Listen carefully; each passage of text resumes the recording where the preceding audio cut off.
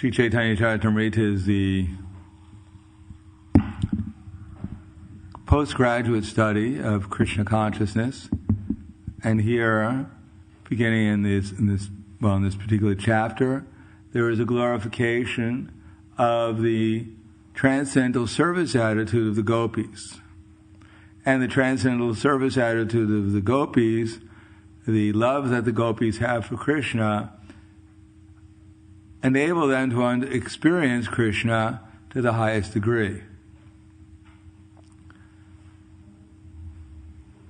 It is said that their love for Krishna is just like a mirror. And even Krishna, when he's reflected upon the mirror of the gopis' love for him, even Krishna realizes things about himself that he hadn't realized before. So although Krishna knows everything, but because his knowledge is unlimited, and because his opulence is unlimited, because everything is unlimited, it is not that that's the end of the story for Krishna. That even Krishna is finding out new things about himself. Of course, there's nothing but Krishna. But it makes life interesting when things are not the same thing over and over again. Therefore it says in the material world, punak punascharvita charvananam. In the material world, everything is simply a repetition of the same thing over and over again. It's the same thing, but in a slightly different appearance. The 5 elements, earth, water, fire, air, and ether, and the 3 subtle elements, mind, intelligence, and false ego, combine to create many varieties of experience within the material world. But after all, whatever varieties of experience, it is the same elements simply appearing in a different form. In some forms we become attracted, some forms we become averse. But it's the illusory energy, as Krishna says in the Bhagavad Gita. Krishna sums up what is material experience. When Arjuna asks him the question, Ata chet twam ata kena prayukta yam papam chariti purusha anicca napi varshneya paladiva niyojita. Krishna just told Arjuna a very important verse in the Bhagavad Gita. It's important because it's one of 2 verses that appear twice in the Bhagavad Gita. Bhagavad Gita has 700 verses, and it's a summary of the approximately 10 billion verses from the Vedas. So, whatever appears in the Bhagavad Gita, whatever knowledge is there, is the essence of the Vedas. So, if a verse is repeated twice, therefore we must know it's very important. Does anyone know which 2 verses are repeated twice in the Bhagavad Gita? Yes.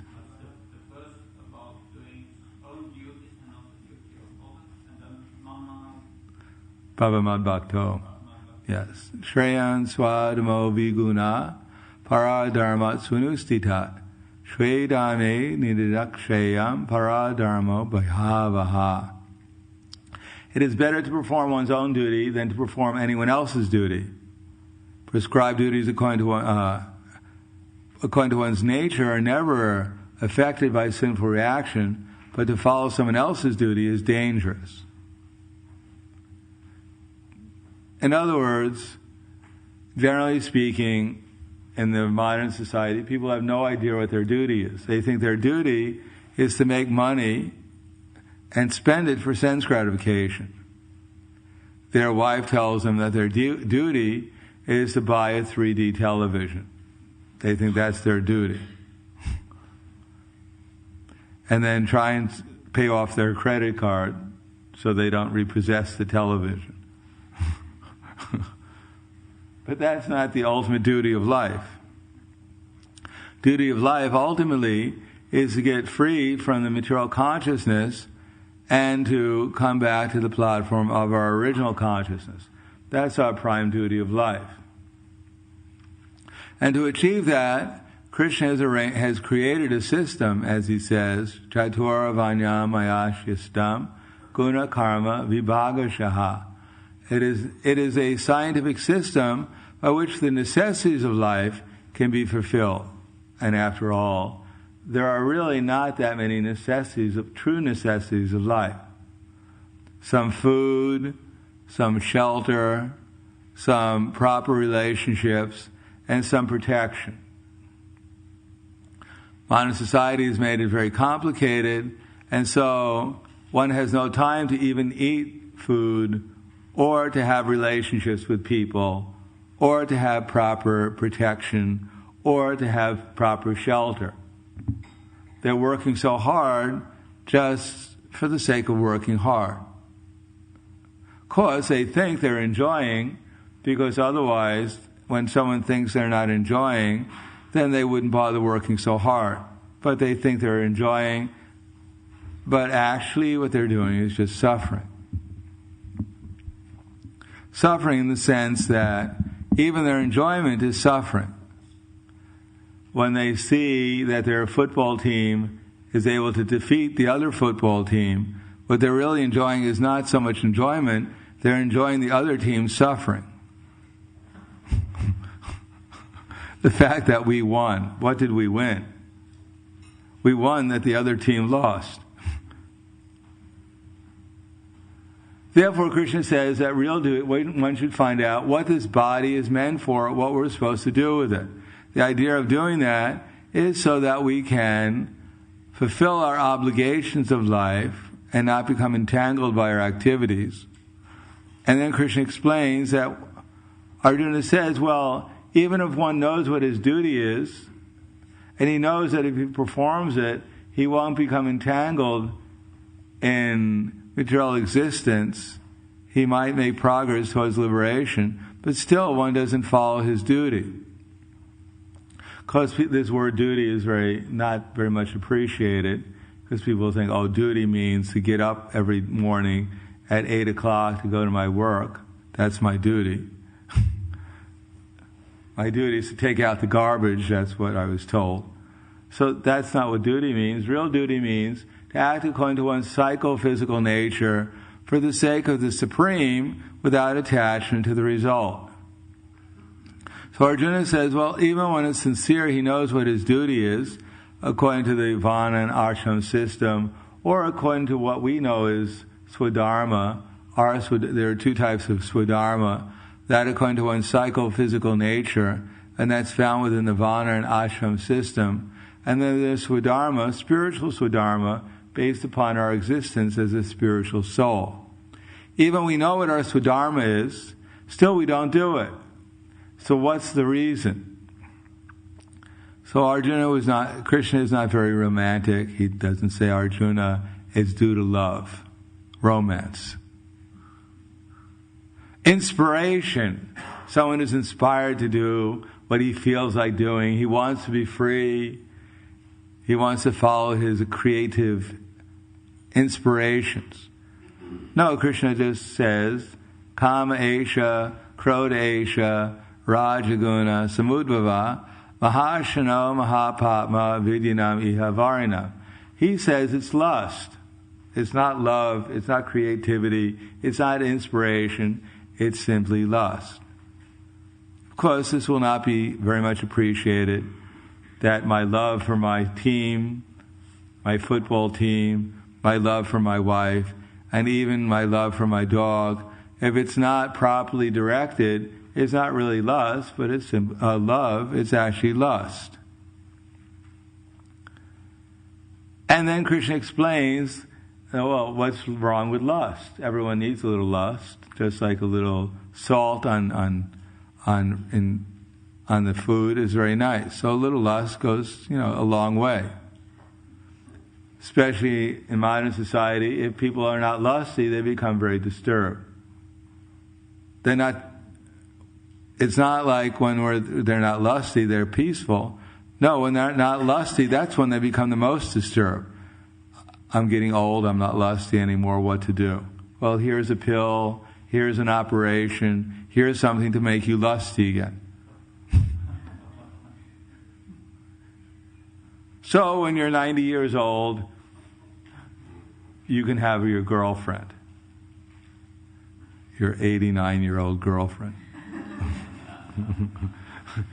and have your love affair at 90 years old up till the moment of death.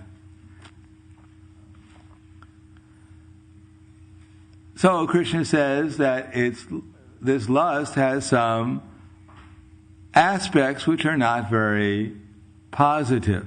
He says, Dumena vriyate vanira, itardar-sho malena cha, ito venavrita garvastata tenebram avritam. Just like the mirror is covered by dust, or the embryo is covered by the womb, or the fire is covered by smoke, so the living entity is covered by different degrees of this lust. So our consciousness is covered. Therefore, because of the covering, sometimes we find things very attractive in the material world, and because of the covering, sometimes we find things very unattractive. We're averse to them, or something in between. And in other words, Krishna explains, Shreyarira yadavapnoti yatshap yukramati shraha grihi vaitani samyati vayoraganda ivashyat. The living entity carries his different conceptions of life from one body to another, just like the air carries aroma, and thus he takes one kind of body and again quits it to take another. Air is always neutral, but due to association, sometimes it appears to be very sweet. If it associates with roses in a rose garden and then passes by our nostrils, then we think that the air smells very nice. And when the same air comes through garbage, then it smells very foul, and we become disgusted by it. But it's not the air that attracting or repulsing us, it's the association that the air has that repulses and attracts us. The air is always neutral, it's simply carrying some aroma. Just like the postman, he may come and give you a check for $1 million, but it doesn't mean that you divide half the letter, half the $1 million with him. Oh, the postman is so kind, he's giving me $1 million, let me give him half of it. And if he gives you a notice that your house is going to be repossessed, you don't take a gun and shoot him. You rotten mailman. You're repossessing my house. He's the carrier of good news and the carrier of bad news. But after all, it's not his news, he's simply the carrier. Similarly, the material nature covers us, and therefore we see things in different perspectives. Sometimes it's good, sometimes it's bad, and usually it's a combination of both of them. And of course, in human life, the covering is a little bit less, but people are not satisfied that it's a little bit less. They want the covering to be even more. It's like on a cold day when you have a nice warm blanket you're sleeping in, and the alarm goes off, then you don't want to get up, so you think, well, the problem is the alarm. So you turn the alarm off and then go back into deeper sleep. Similarly, in the present society, in ignorance, people are thinking that somehow or another they have a little protection, they have a little happiness having this blanket over them of modern civilization, and then the alarm goes off telling them to wake up, you're about to die, and they think, well, the problem is the alarm. Turn the alarm off and everything's all right.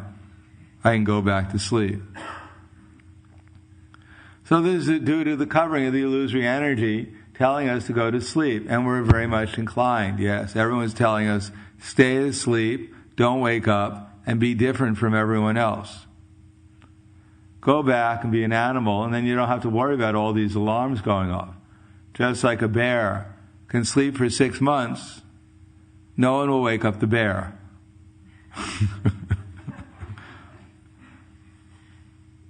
The bear doesn't say to his family, wake me up in 6 months and don't let me rest any longer. Now, if he sleeps a couple of months later, no one will complain. Or even a couple of days later, no one will complain. So similarly, in human life, it's meant to wake up. Sometimes people come and tell us to wake up. Just like during japa, sometimes someone is asleep, and the devotee goes to wake them up, and the devotee who's asleep says, "How dare you insult a pure devotee?" accusing me that I was asleep. I was chanting my rounds with pure attention. I was in trance of love of God, and you disturbed me. Jeev Jago, Gaura Chandra Bole. So human life is meant to wake up, but that means to wake up from what Krishna will explain later. But people think they're in love, they're making progress. Now they have an iPad 2, soon there will be an iPad 3, and who knows what an iPad 4 will be like. It'll be like heaven. I'll be in the spiritual world when 4 comes about. It's just a matter of patience and confidence and enthusiasm. So they're convinced by this modern civilization that they're actually making progress. Where they're making progress, actually they don't know, but they think they're making progress. But ultimately Krishna says in the human form of life, it is like fire covered by a lot of smoke and some fire though. And the animal form of life, it is more like the embryo covered by the womb, and for the trees, it's not exact. The embryo covered by the womb is just like the lower species of life, like the tree form where they can't even hardly move. The mirrors covered by the dust is just like the animal form. Their consciousness is completely cloudy. In the human form of life, by carefully handling the fire, then the smoke can be made to go away and the fire can be made to be blazing. So human life is meant to carefully handle one's life in such a way as that one's fire of consciousness can be made to blaze, and one can return to one's original consciousness, free from the illusory existence. And then Krishna says, all right, you're happy being covered by illusion, but it has other problems. Avriyatmika Shakti and Pragatmika Shakti. He says, Avritam Jnana Etena, Jnanino Nityavarina, Kamarupena Kuntiya, Dusprena, Analena Cha. Just like, thus a man's pure consciousness is covered by his eternal enemy in the form of lust, and has 2 problems. One, lust is never satisfied, and it burns like fire. We're constantly in anxiety about what our future will be, constantly lamenting about our past because lust. We're lamenting about the past because we didn't get what we wanted, and therefore we're lamenting, which is just lust. And then we're hankering for the future. Maybe in the future I'll get what I want, and then I'll become happy. Happiness is the basis, lust is the motivation. Never mind that no one has ever gotten what they really want, namely to become God, become the supreme God, because no matter how big a God we think we are, some bigger God comes along and kicks us off the top of the pile. So God, the so-called candidates for God, are always competing with each other to become the supreme God, and they're never winning. And even if they win for a short period of time, just like Rome, the emperors, they would conquer, more or less, become the lords. They'd have a one-world government, and they'd become more or less the rulers of what they thought was the world. And when they return home, after conquering some bigger length of land, which was so-called barbarians, that was always the trick. Whoever land you wanted, you just called them barbarians. And therefore you were free. You had all the sages' blessings, conquer the barbarians, kill them and make them civilized. So they conquer the, quote, barbarians, and they'd return home. And then someone, when they're riding in their chariot, returning with all the booty from their conquest, they'd have someone else in the chariot as the crowds were cheering, throwing flowers, and the armies were marching behind them. They were all smiling, yes, I am God, look at me. Someone in the back would be saying, whispering to their ear, you're mortal, you're immortal, you're immortal, you're going to die, you're going to die. To keep them a little bit in balance so they didn't go completely crazy. So even when we become the Lord of this material universe, like Lord Brahma, even Kamsa realized, or actually Kamsa's friends. Who were Kamsa's friends? Does anyone know who the members of Kamsa's cabinet were? What's that? And Kamsa had a cabinet. He met with them right after Devaki. He had tried to smash the daughter of Devaki and Vasudeva on the prison ground, and she flew off and she appeared as Durga. And then that night he met with his cabinet to discuss the day's occurrences and get their advice. Does anyone know who the members of his cabinet were? No, he wasn't. Yes, Agasura was there, Bakasura, Dhenukasura, Trinavarta, Palambasura. He had a very illustrious cabinet. So their advice was that we should kill all the demigods, but that's a little difficult. So better to kill, don't worry about the demigods, actually their advice was. Because after all, Lord Shiva, he's always in meditation. And also Lord Brahma, he's also in meditation because he's afraid he's going to die. Our Lord Brahma is only Jai Shri Radha Gokulananda Ki Jai, Shri Sitaram Ki Jai, Lakshman Ki Jai, Hanuman Ki Jai, Shri Gaur Nitai Ki Jai. After all, our Brahma is now middle-aged. He's 50 years old now. And he only has approximately 150 trillion years left to live. So he's a little anxious about his shortening lifespan. And therefore he's always in meditation, going through austerities, trying to conquer death. So we don't have to worry about Brahma. Because although he's the master of the universe, still he's afraid of death. Mrityu Sara Harastraham. Death will come and take everything away, including our most dear universe.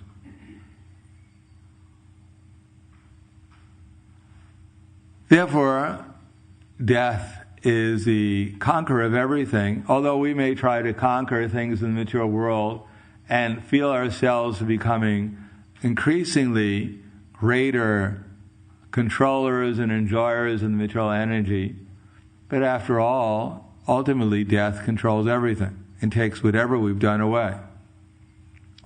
Therefore, there's no progress. There's only punak punas charvata charvananam. But due to the illusion of the covering energy called Maya, therefore we believe that actually we're making progress. And we believe that the future is going to be brighter.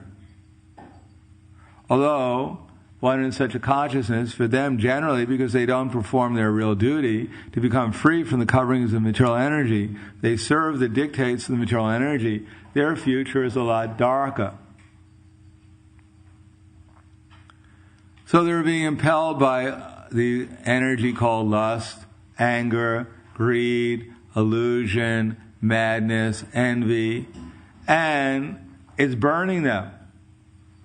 It is not that, well, we're doing whatever we do for our happiness and everything's all right. We're filled with anxiety, the burning sensation, the material energy, anxiety, that feeling of dissatisfaction, whatever else, is impelling us to act in so many different ways, and it only gets worse the more we serve it.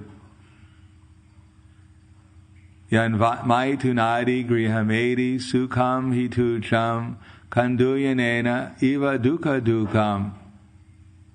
Just like rubbing of two hands together to relieve an itching sensation, we may do it, we may try to scratch the itch, but after all, the itch doesn't go away. It just itches more.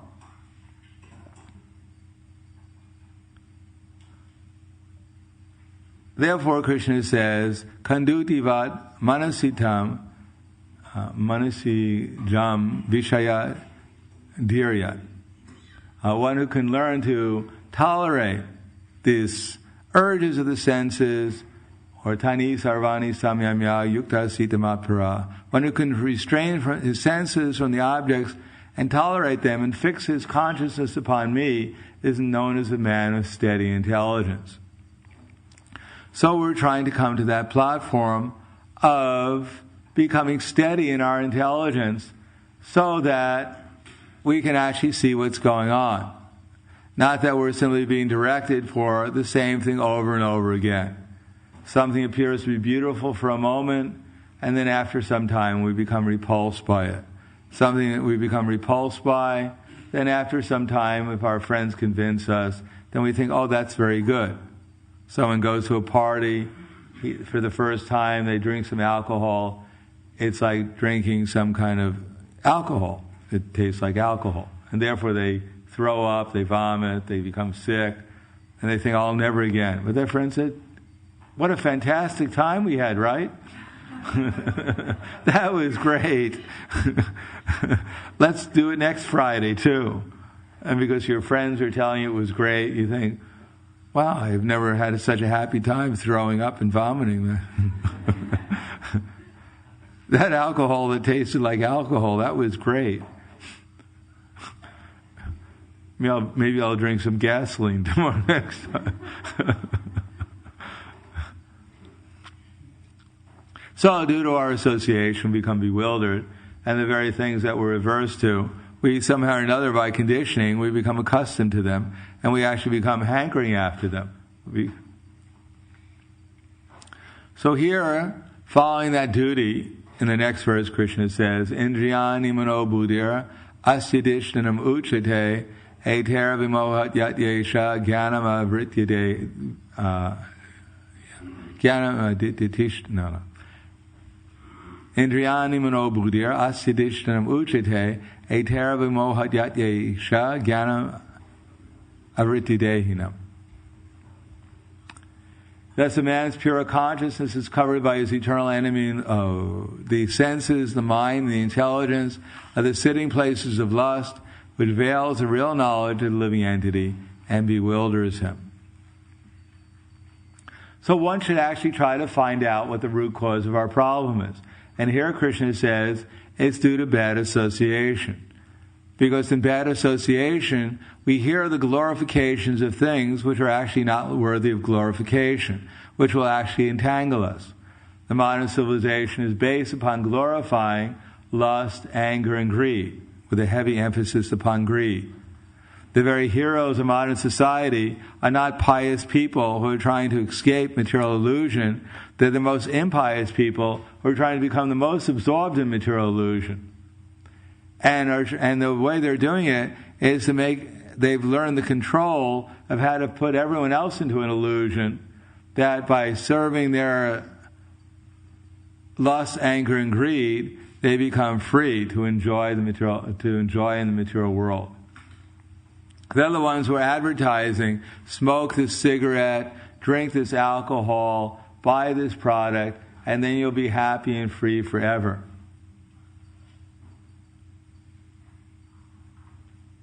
So they're the ones who are able to advertise and promote their products that are actually detrimental to everyone's health and well-being, what to speak of spiritual elevation, and convince vast numbers of people that this is the actual way of becoming free and happy in this world. And why are they doing it? Simply out of serving lust, anger, and greed. But you can't serve lust and greed without ultimately becoming angry. So it is not that the people who are the most lusty and greedy, they're the most peaceful and happy. They're also the most angry and frustrated. And the way they take their anger and frustration out is because they become deluded. Therefore Krishna says, etam drishtim avashtavya nashtatmano nabuddhaya pravanyukra karmana shaye jagato hita. Following such conclusions and loss of themselves, The demoniacs, they create horrible, unbeneficial works which are meant to destroy the world. Like Banasura. Banasura had 1,000 arms. And he'd fight with everyone in the universe, because if you have 1,000 arms, you feel pretty confident that anyone who throws you a punch, you'll be able to block it. And it'll be very hard for people to block your 1,000 punches at the same time. So he was a world champion boxer in the universe, universal champion. He went everywhere challenging people, and everyone ran and fled as soon as he came by. Therefore he was frustrated. He'd go to the mountains and he'd smash them to pieces with his 1,000 arms. One time he even challenged Lord Shiva to a boxing match, and he said, "Don't worry, don't bother fighting with me." He said, "Soon the hero will come and he'll smash you to pieces, and your flag of victory will no longer fly."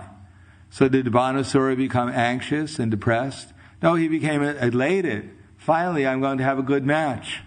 Finally, all this false prestige, all this itching sensation in my arms will all go away, and I'll be smashed to pieces. Fantastic. Similarly, people become so lusty, angry, greedy, that in delusion they want to destroy everything. That way they won't be so much. Anyhow, they become crazy. That anyone, as Prabhupada put out that original pamphlet, who is crazy? They say we're crazy. These Hare Krishnas, they must be crazy. They get up in the morning and they're so mad that they put on their bed sheet. They wear that as clothing. They only know 3 words, Hare Krishna and Rama. You ask them any question, they mumble something, Hare Krishna, Hare Krishna.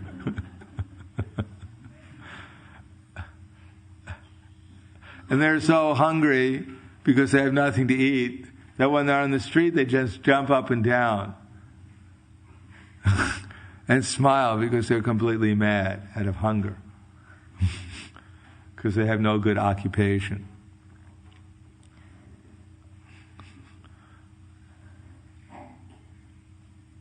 So people think we're mad, we're crazy, that all our philosophy is nonsense. There's a person called Krishna.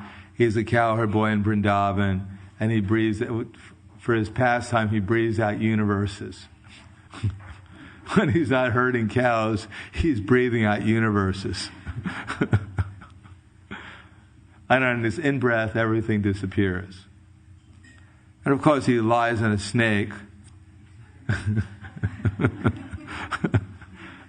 So this is the Hare Krishna philosophy coming from someone they call Vyasadeva, who is in the Himalayas. Who knows what he was smoking up there? Otherwise, why would anyone stay their whole life in the Himalayas? So they think we're crazy, and we understand that they're wasting their time simply serving their senses without any higher goal of life, because they're actually spiritual beings entrapped by illusion, not realizing the wonder, the glories of their spiritual identity and their spiritual relation with Krishna.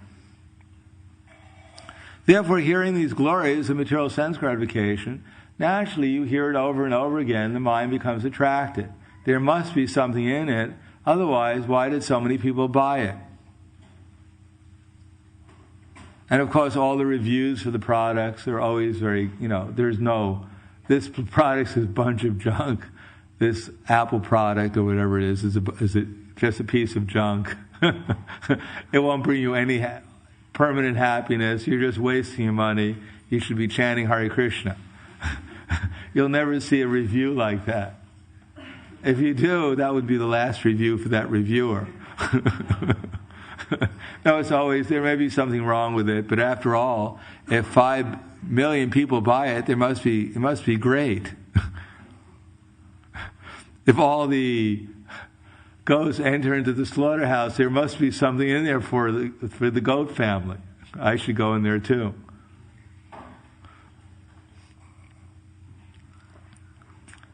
So hearing these glories broadcasted, our mind becomes attracted, and actually the soul wants to find out by using his mind and senses what it's all about. What is the taste, the happiness in that particular experience, and therefore prays to Krishna to give the intelligence by which he can utilize his mind and senses to experience that particular experience. And of course, along with that perverted intelligence, distorted intelligence, Krishna also, the illusory energy, also supplies a false ego, so we can actually enjoy that particular experience. Otherwise, if we just saw that for so many lifetimes I've been doing the same thing and getting nowhere, we become a little discouraged.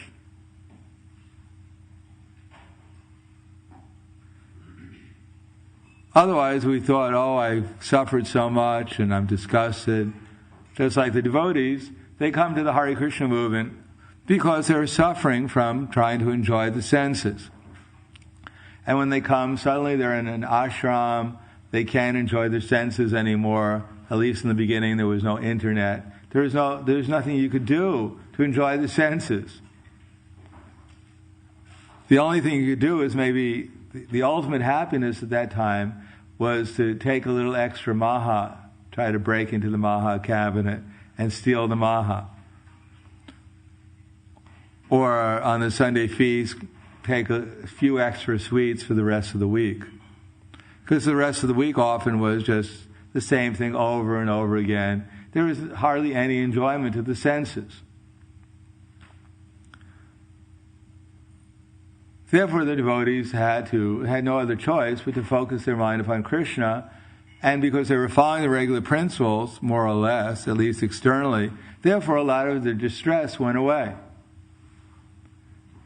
But after the distress goes away, Maya says, well, you're such a pure devotee, you're so advanced, you have no distress anymore, you've learned so much, now you can enjoy the material nature and there won't be any problem.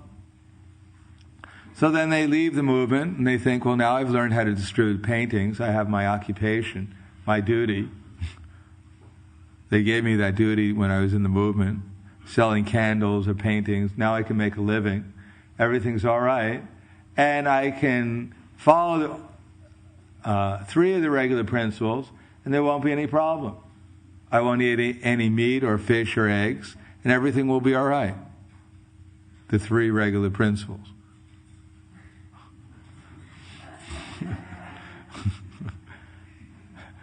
And then they find themselves, well, because they're vegetarians at least, there's less problems, and they think it's all right. The material world is always a few problems here and there. So that's called Naradama, according to they've come to the Hare Krishna movement, they've become a little purified, they've become a little civilized, but now they want to enjoy their senses again, and therefore they're not so much inclined to perform devotional service. Of course, they still come to the temple every other Janmashtami, and they make their offering to Krishna. They put their £1.50 into the box, just so that they can buy their next 2 years of happiness and peace. But that kind of advancement is not really complete. In other words, unless we can actually realize that our endeavors to enjoy the senses, either grossly or physically, are not the object of life, that the object of life is to become Krishna conscious, unless we spend our time hearing about Krishna's glories, then of course in the back of our mind, Maya will always be encouraging us that this time it's going to be better. She always says that. Last time you didn't know because you were inexperienced. But now you have so much experience, you have so much good pious credit, and therefore this time you can enjoy and you'll actually become happy. Therefore Krishna says, Tasmat tvam indriyanyando niyamya bharatarshma ba papmanam prajahiyenam jnana vijnana nashanam. From the beginning of life, slay this destroyer of knowledge and self-realization by regulating the senses. In other words, live life under regulation. Not only when we're in the temple, we take up, before we come into the temple, we take out of our pocket our halo and we put it on. And then when we go out of the temple, then, Dr. Jekyll and Mr. Hyde.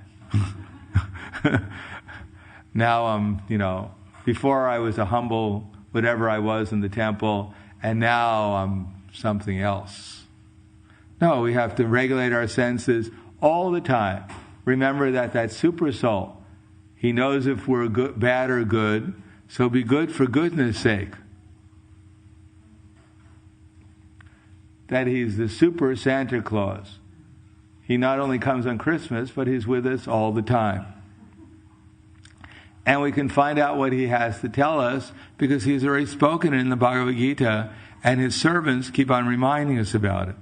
Even when we don't read the books, they're around to bother us about it or to enlighten us about it, depending on how we look at it. So here are the gopis. They have surpassed all these regulated principles. They've come to accept way before that everything here in the material world belongs to Krishna. There's nothing in the material world for us to enjoy. Everything is meant for Krishna's pleasure. And only that way can we be benefited. By accepting those principles, one can actually become free from the illusory energy, come to the platform of realization as oneself as a spiritual being, and make further progress towards spiritual enlightenment as to our actual spiritual identity. So those who were Nitya Siddha Gopis, of course, there was nothing for them to learn in Krishna's pastimes. They were never part of the illusory energy. Therefore, their original spontaneous love for Krishna was always manifested.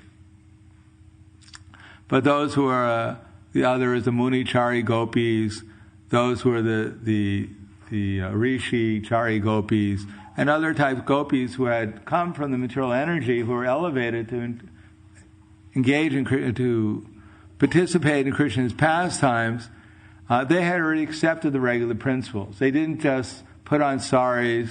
We don't find that when Lord Ramachandra appeared before the Munichari Gopis, they said, "Dear Lord Ramachandra, stick around for a while.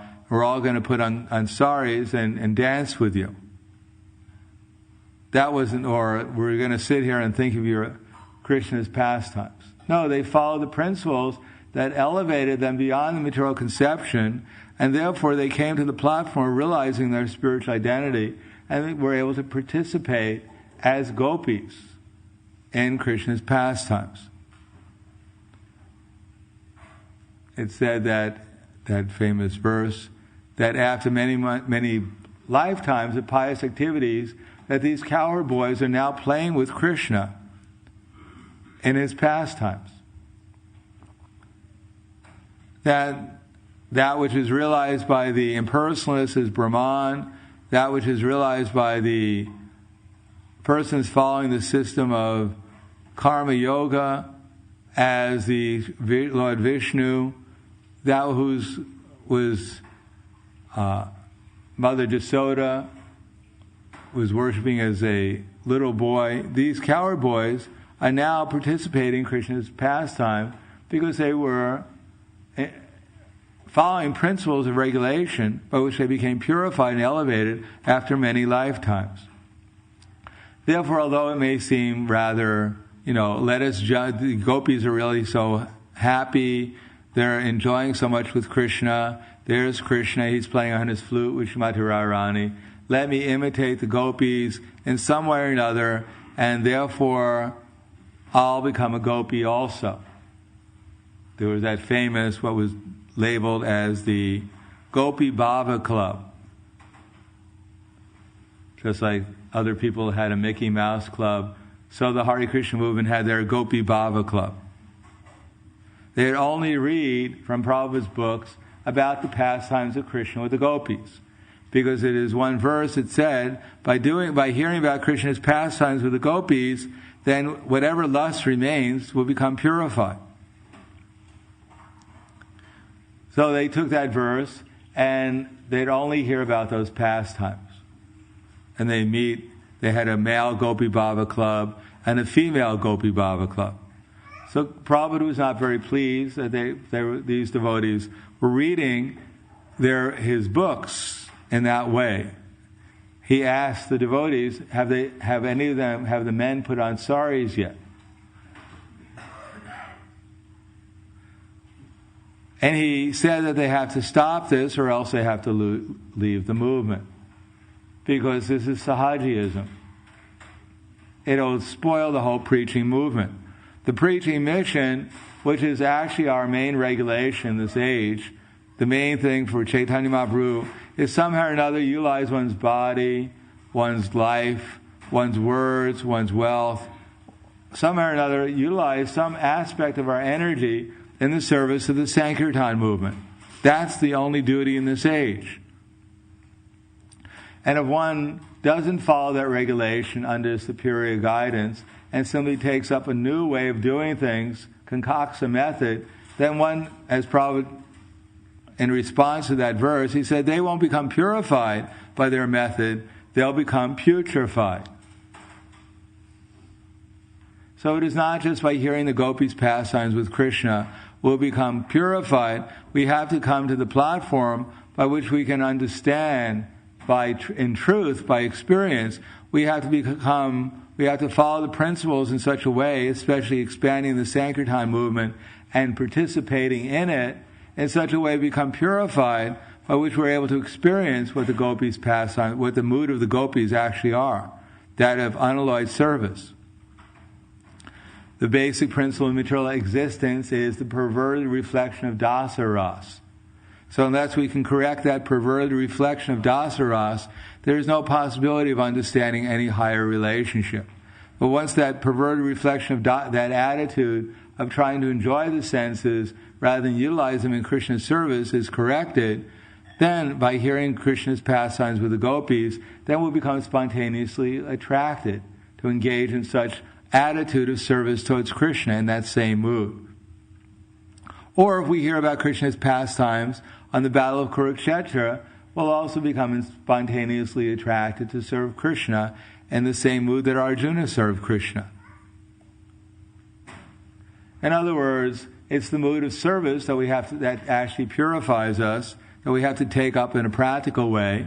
And the gopis exemplify that mood of service in conjugal love in the spiritual world, the same service attitude which is manifest in all the other rasas also, to different degrees.